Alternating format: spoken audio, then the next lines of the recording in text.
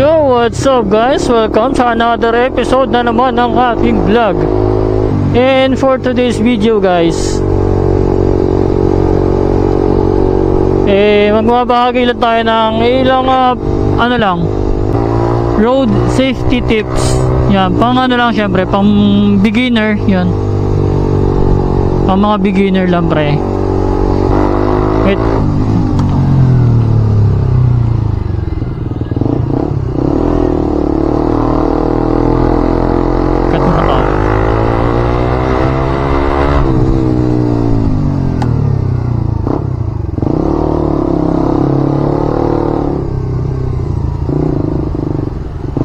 Yun, para sa mga bagong tuto lang magmotor, no? Siyempre may mga bagay pa tayo dyan na gusto pang matutunan, no? Or malaman, siyempre, para safe ang ating pag-travel, paggamit ng motor.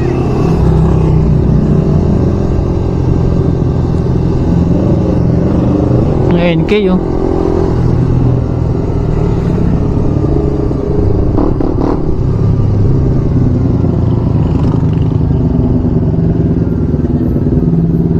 lang guys, medyo traffic kaya na lamang mga simpleng bagay, no? Sa mga pangbaguhan lang to guys, ha? Baka may mag-comment nyo dyan, alam na namin yun, napakasimple naman yan. So pangbaguhan lang. Siyempre sisimulan muna natin sa ating sarili guys, ang pag-iingat ay sisimulan natin sa ating sarili. So andyan yung paggamit natin ng side mirror, signal lights at busina. So doon muna tayo mag-umpisa guys, mga Mars, mga pare.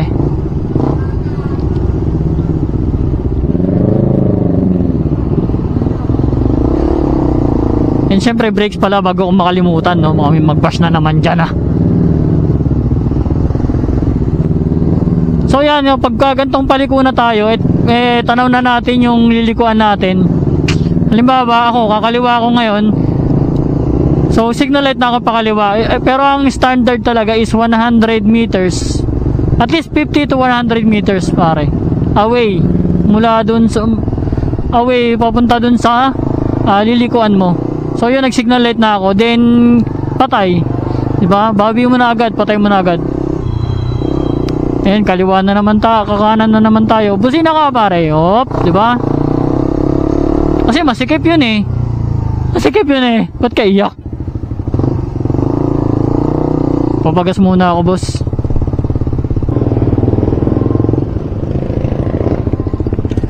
Yun, and back to our topic, no?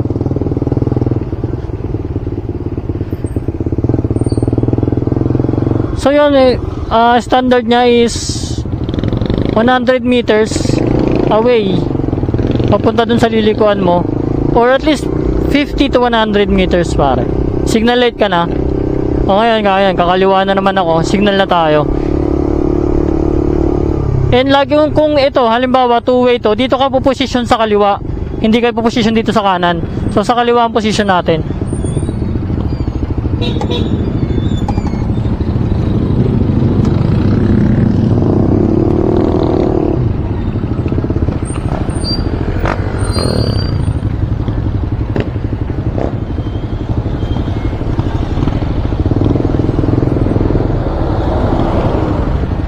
Napasarap mag-grab ang dami. So yan, patay na natin agad yung signal light. And syempre bago ka lumiko, titignan mo muna sa side mirror mo na kung meron sa likod mo nasisingit.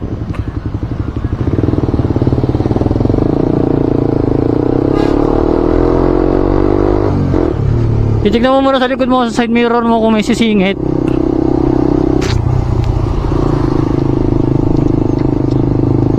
So para saan nga ba yung signal light?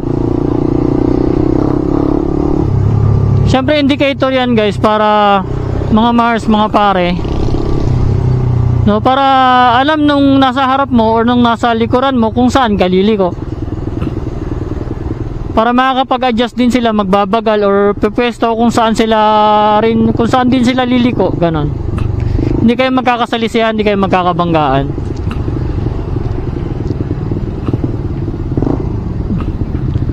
And lagi tayong magdala ng mahabang pasensya guys sa kalsada. Huwag tayong matapang. Doon kasi nag-ano yung road rage eh. Pareho tayong mga maiksi pasensya ay magbigayan, ganyan. No, ang tatapang.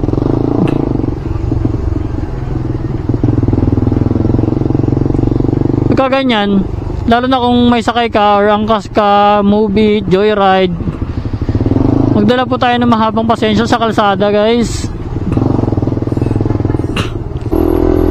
Ingat pa din syempre, di ba?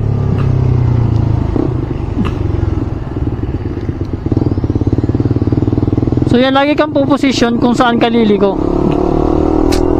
Kung two-way, pwesto ka na sa outermost left or outermost right kung ano liliko ka. Yan.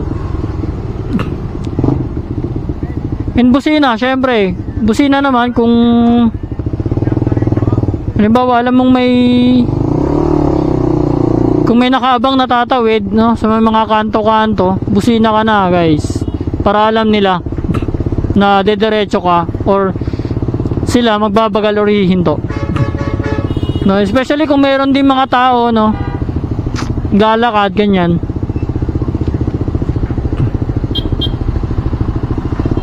Or kung nasa malayo yung attempt siya na tatawid siya, businahan mo muna bago ka dumiretso. Or mas maganda, no, hayaan nyo muna silang tumawid. The best, yun ang mas maganda ron. Hayaan nyo na muna silang tumawid. It will take us just seconds lang naman, hindi naman mahabang minuto.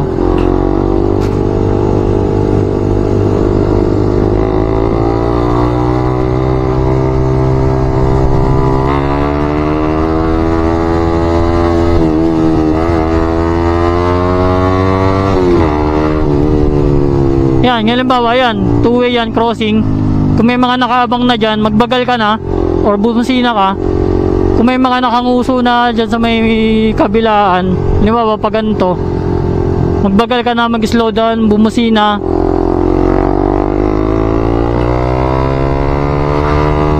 And kung mag-swerve right ka naman, swerve left, no, signal light ka pa rin, then antay ka at least 3 seconds.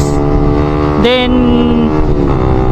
gradually or dahan-dahan kang pumunta sa iyong desired lane. So yun, kung makikita nyo ako, ano pa ako talaga, nimilingon pa ako kasi hindi ko masyadong kita sa side mirror ko eh, maliit kasi siya eh.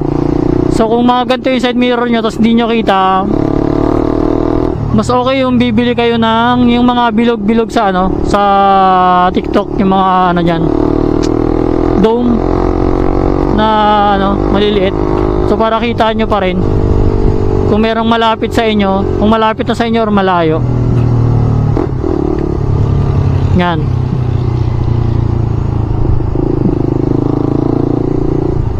Halimbawa yan, may pedestrian, may na-attempt dyan na parang tatawid na, and kung wala ka namang kasunod, wala ka namang kasunod sa likod mo, hindi naman traffic, let them pass, patawirin mo na.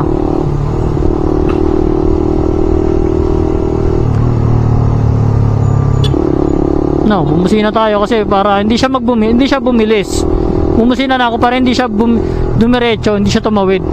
So magbabagal siya. And same time magbabagal ka rin para in case na hindi niya magets yung busina mo, safe ka pa rin. Di ba? Ayan, tumitingin pa ako sa side mirror. Minsan namilingon pa ako niyan para alam mo yun, safe talaga yung pagliko mo. Then turn off the signal light.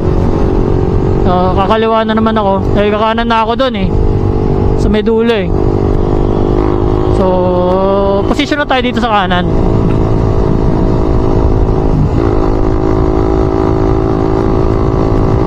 So kaya nag-signalite na ako agad ng mas maaga kasi may truck sa likod ko.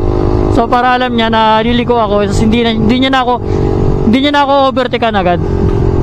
So yun, lagi tayong titingin sa side mirror guys. Or kung yun, bumusina tayo kasi nagsiserve right si sir eh. Now, hindi ko rin alam kung right din siya or baka didiretso lang, ganon. Hindi na ako galit, halika na dito. So yan, signal light tayo. Pinauna ko na sila kasi alam ko ano sila eh, didiretso eh. Nagmamadali din si sir. Angkas yan boys eh. Angkas kasi yan boss. So I can feel it eh, no? So feel mo na yun, no? Yan. So ganun lang guys. Huwag kayong laging apurado, init na init sa throttle. No, basic lang. Basic understanding, basic logic, common sense, di ba?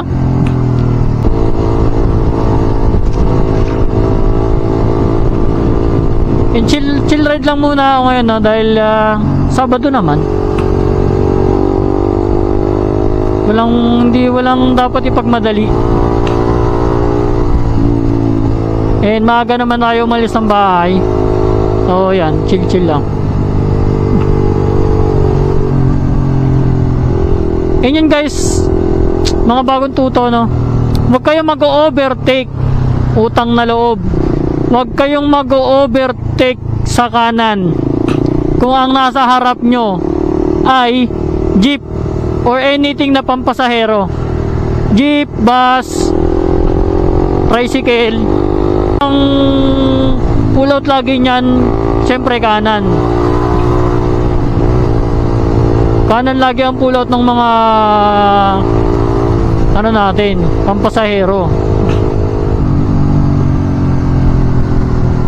So possible maipit ka dyan pag nag pull out bigla yan. Tinry mo mag overtake, biglang nag pull out, no? Tapos ka na, bossing. Diba?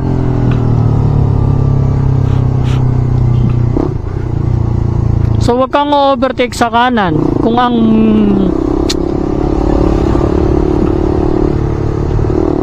nasa harapan mo mga pampasaherong sasakyan. Possible ipit ka talaga dyan, boss. So anyways, malapit na tayo dito sa aking trabaho. And hanggang dito na lang muna, no? And kung nabiting kayo, no? Kung nabiting kayo sa ating topic for today, pwede natin gawa ng part 2. So huwag mo kalimutang mag-like, share, comment, and subscribe, and hit the notification bell para updated ka sa mga bago nating video. And peace out. Ayan nga pala guys, pahabol, no? Maraming salamat sa mga subscribers natin yan, patuloy na sumusuporta, no? So I can feel the progress ng mga subscriber natin, medyo lumalaki na ulit. Nabubuhay na ang aking YouTube channel, guys. So maraming salamat sa suporta. And nga pala guys, sa mga malapit sa Caloocan Motostrada dyan, no? Baka naman nakikisuyo lang po si Kuya Edge. Baka pwede nyo bisitahin yung ano dyan, Motostrada dyan sa may Caloocan. Kasi balita ko lumapag na dyan, lumapag na dito sa Pinas ang 250 SR. Balita ko nandito na sa Pinas ang 250 SR eh. Hindi na-launch ng proper, o hindi lang ako nakanood. Kasi may nakikita ko po sa mga Facebook eh. Sa mga Facebook, may nakita ko mga po sa Facebook na ayun nga, lumapag na sila, nandito na sa Pinas yung 250 SR ng CF Moto. So yun, may kisuyo lang tayo guys. Baka naman, no? Paki-confirm kung totoo ang balita.